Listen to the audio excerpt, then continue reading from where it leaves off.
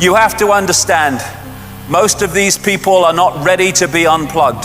And many of them are so inert, so hopelessly dependent on the system, that they will fight to protect it. What if all you ever knew was a lie? Well, what do we know at any point? This Matrix scene is absolutely spot on. This isn't real. What is real? How do you define real? If you're talking about what you can feel, what you can smell, taste, and see, then real is simply electrical signals interpreted by your brain. The senses are decoding systems, decoding information into a form that the brain can decode. So the senses are taking waveform information, vibrational information, they're turning into electrical information, they are communicating it to the brain, which then decodes that into a sense of reality we call the world we live in. So the world that we think we're living in exists there. The brain is dark but sees light. How is that possible? How can my brain be totally dark and I see this light? Because that light in its prime form, like everything else, is just an information source.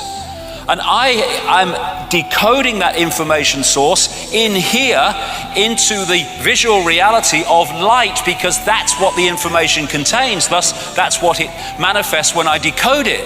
This is mainstream science. They talk about dark energy, dark matter.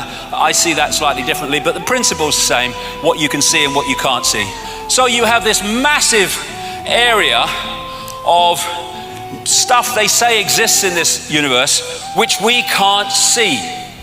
You then have light, electromagnetic spectrum, etc., which is 0.005% of what they say exists in this universe. And visible light, which is the only frequency band that we can decode into a visual reality, is a fraction of the 0.005%. This is the visible spectrum within the electromagnetic spectrum. Look at it, it's tiny.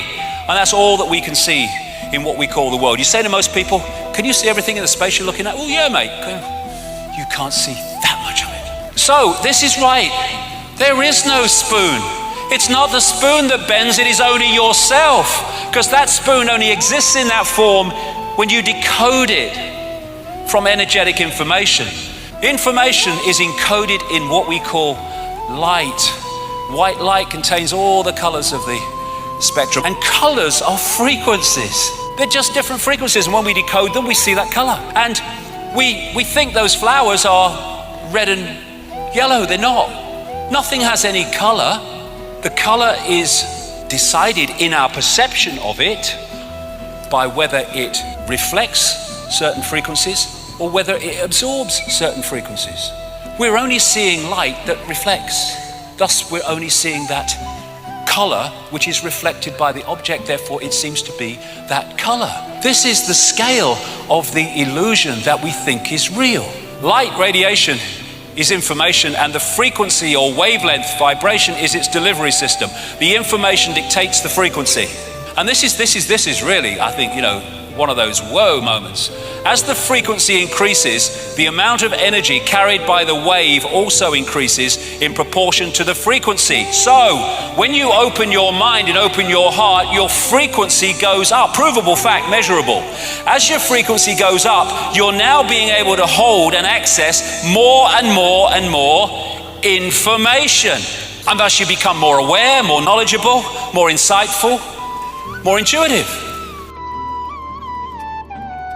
And Nikola Tesla, the genius from which so much came, he could see beyond the physical that we perceive. And he said, the day science begins to study non-physical phenomena, it will make more progress in one decade than in all the previous centuries of our existence.